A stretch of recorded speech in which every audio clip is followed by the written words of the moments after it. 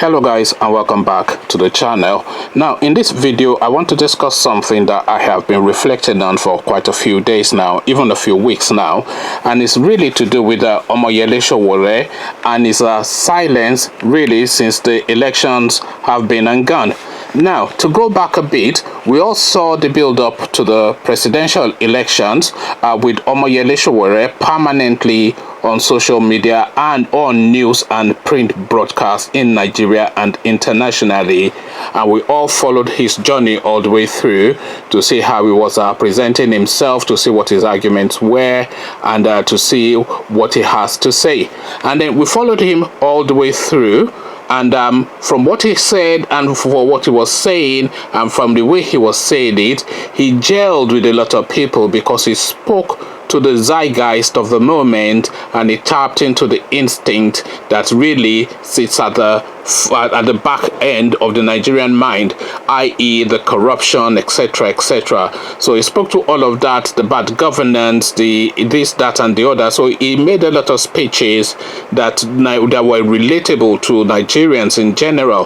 So we all heard this, and we all were swept along by it. We were enchanted, we all fell in love with him and the way he was saying it, because the way he was saying these things are the ways we would have wanted to say these things as well, but we were too coward or too busy with our lives, and we were all in fear of the Buhari government and his gunmen to be as outspoken as he was. So really he spoke for all of us effectively. He spoke for the everyday Nigerian, he spoke for the elite Nigerian, he spoke for the educated Nigerian, he spoke for a broad spectrum of people within the Nigerian space, because a lot of people within the Nigerian space, you see, have identified the things that Omoyele was speaking about a long time ago, and we've identified it within the tonality of how he is speaking to it as well. Like for instance, when he was saying that Boko Haram started as a crisis and then it became a business and the fat generals were feeding off it, this is what we all understand Boko Haram to be. This is what we also think as well. Boko Haram still did start as a crisis, a skirmish, and then it suddenly became a business. And then we saw with the Dapchi girls, with the Boko Haram actually going to openly to go and gather these girls and then taking them to some holding bay and then getting millions of dollars from the Nigerian government, and then casually strolling triumphantly back into the city where they stole where they kidnapped rather the girls from, and then to then put the girls back in situ, and the people of the city were cheering, and there were no security forces there to round them up, but then millions of dollars had changed hands. So it's effectively a crisis that has now turned into a business, exactly as Omoyele said. And that's just one example, and this really runs all the way through, because if you look at the Nigerian armed forces, for instance, every time and anytime you see a clip of a Nigerian soldier at a battlefront, the only thing that he ever talks about is how he doesn't have the equipment to carry out the duties that's been set him, and he will show you the ramshackled rifle. They are actually pushing armored tanks in the war front. I've seen clips of that, so we see all of these things. And then when you listen to the Nigerian budget, then when it's been read at the Senate, there are like billions of dollars being allocated to the armed forces to equip them, and then you cannot marry those millions of dollars, no, those billions rather of dollars being allocated to the armed forces to equip them with what the soldiers are reporting on the war front, because the soldiers are reporting that we don't even have rifles. The opposition is more, their rifles are more sophisticated than ours, and then the Nigerian Senate is telling us every year that this year again we're giving them another X billion dollars, another X billion dollars. So where is the relationship between that X billion dollars and what the Nigerian soldier is reporting on the war front? So this is what Sowore rather was speaking to, and he spoke to all of that, and we were all swept up by all of that, to the point that we all then rallied behind him. So, and that movement, by the way, the Sowore movement, the Take It Back movement, was something that really tapped into the spirit of the moment, the zeitgeist. That's what a zeitgeist is.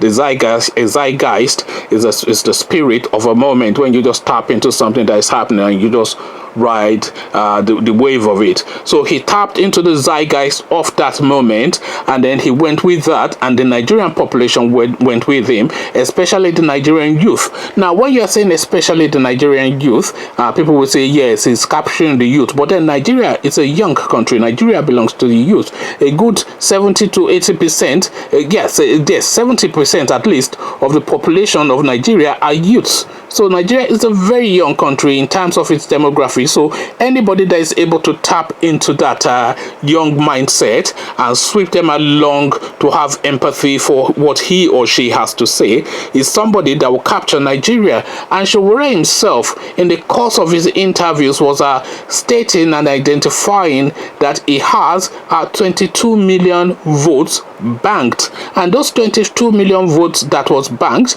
was him identifying that the way that he's presenting and the feedback that he's getting is that the Nigerian youths are en masse are going to be in support of him, because where else would the empathy of the Nigerian youths be? It would not be with Atiku, certainly a man in his 70s who has never done anything for them, and they will certainly almost absolutely no guaranteed not be with Buhari, a man in his 80s who has not only not done anything for them but actually takes delight in killing them routinely. So the Nigerian youth is not for Atiku or Buhari. So if they are ever going to vote, then who are they going to vote? They are going to vote for somebody whose tonality and presentation and presence and demeanor tallies with their own being. So this is really where those votes that he was going around boasting about came from. So they dog came from here. This is what he was pinning, that assertion and that statement that he had 22 million votes that he can mobilize, and the logic stands to reason. So now we had all of that, and we had 50 weeks, by the way, of this guy campaigning solidly. And that campaign, we all saw it play out over social media and on print media, and we were all kept updated. There was constant questions and answer sessions, etc. We all saw him in remote and far-flung regions of the country, meeting the palaces and meeting the paupers and meeting everybody. So we all saw how that campaign went, and we all saw the impact that campaign had, and we all heard the chant. I've even seen somebody go into the market square and just talk to people randomly. When people are asked the question, when they do all these vox pops on the Nigerian streets that, oh, in the present in the coming presidential elections, where's your vote going to be? Are you for this, that, or the other? And then whoever that person is that is being interviewed, we then go through the list that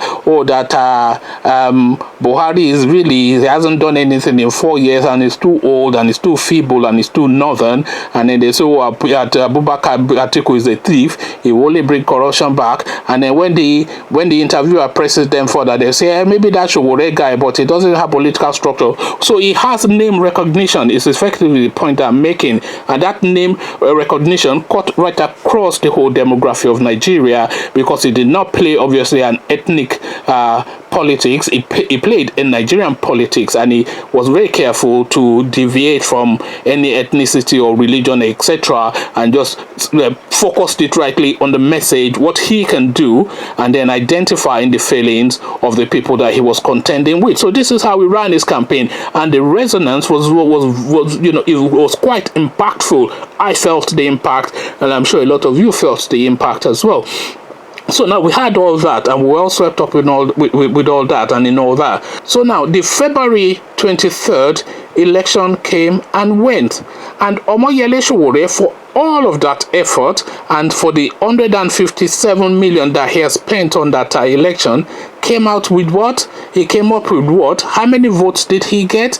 He got less than 35,000 votes. That's right. Omoyele Sowore, for all that campaigning, and we all saw the campaigning, and we all saw the response of the people to that campaigning, for all of that, he got less than 35,000 votes. That is Omoyele Sowore, and all of the pollings were putting them at least the top 3, so, and he got less than 35,000 votes. So now, if Omoyele Sowore got less than 35,000 votes, and clearly the elections were rigged, everybody is agreed that there was a lot of rigging in that election, what now is Omoyele Sowore's position? Is effectively my question, because this is where this video is leading to. What now is Omoyele Sowore's position? Because Omoyele Sowore was very punchy in the build-up to the election. It was everywhere saying everything and saying how corrupt the system is, this, that, and the other. It was quite aggressive and quite verbose in his manner and the way he charged at it. So now that this election has now been gone and the election was heavily rigged, where is now Omoyele Sowore's voice? Where is now Omoyele Sowore's voice? So did he fight to the point that he was cheated out of the elections and he then decided to pack his bag and go back to America? Is that what's happened? What is now his position? What is his stance now to fight for that mandate, or to fight for his share of the elections, to ensure that the votes that were casted for him, or that were cast for him rather, I don't think casted is the right word, the votes that were cast for him, to ensure that those votes are actually honored. So this is really where the question is. So suddenly the silence from Omoyele Sowore, who has been loud and very boastful all the way through for nearly a year, the silence is suddenly deafening. The silence from Omoyele Sowore is suddenly deafening, and this is a cause for concern, because if you looked at the build-up to the election, and if you looked at how the election took place, and if you now look at how Omoyele Sowore is positioning himself now, then the vacuum that he is leaving by his silence leaves room for conspiracy theories. So the vacuum that he is leaving by silence leaves room for conspiracy theory. And when you have conspiracy theory, conspiracy theories by nature don't often go in your favor. So people then obviously will be asking if money has changed hands, what were his intentions in the first place, why is he not now out still fighting for his rightful votes, so that at least that can be documented, even if he's not claiming for the presidency, even if he's not able to actually say that he won the election, which he might well have done, but he almost certainly did not. But certainly 35,000 is not a true reflection of the campaigning and the responses that we saw to Omoyele Sowore's campaign. So now, why is he now silent is the question. So suddenly the silence from Omoyele Sowore is deafening, and in the place of that deafening silence is speculations from the people, because people will fill that spot if that spot is left empty. So he now needs to come out now to say what exactly his position is regarding what's just transpired in terms of that presidential election, which Atiku has described as a sham, and he has gone to panel, and a few people have also gone to panel as well. So what is now Omoyele Sowore's position, and what are his plans for that election's gone and for the future? So suddenly the silence is deafening, and this silence is not a space that can be left vacant. So Omoyele Sowore should now come out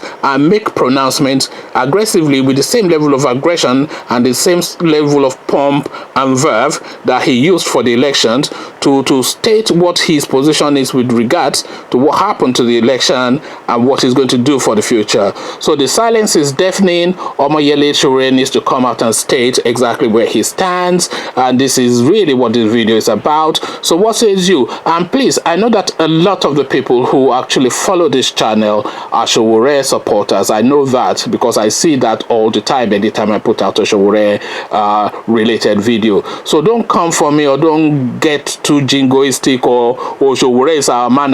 That's not what we're talking about. We're talking about what he does next. This is really what the question is. So this is not an anti-Sowore video, and this is not a pro-Sowore video. This is a what will you do next video. So in the comment section, please try and make sure that your comments reflect that, and don't do all the usual nonsense or booba and yaya and all this kind of noise. Don't do all the kind of nonsense of unnecessary noise making. We've already had all that in the previous videos. We already know that you support Sowore, but we're now asking detailed questions of the path for the future. This is really what this video is about. So come have that conversation with me in the comment section. Sowore, suddenly the silence is deafening, or is it? So come have that conversation with me. But before you come have that conversation with me, click on the subscribe button so it goes from red to gray, the bell button as well so you are notified as soon as I drop a new video. Then once you've done both, come join me in the comment section. Let's discuss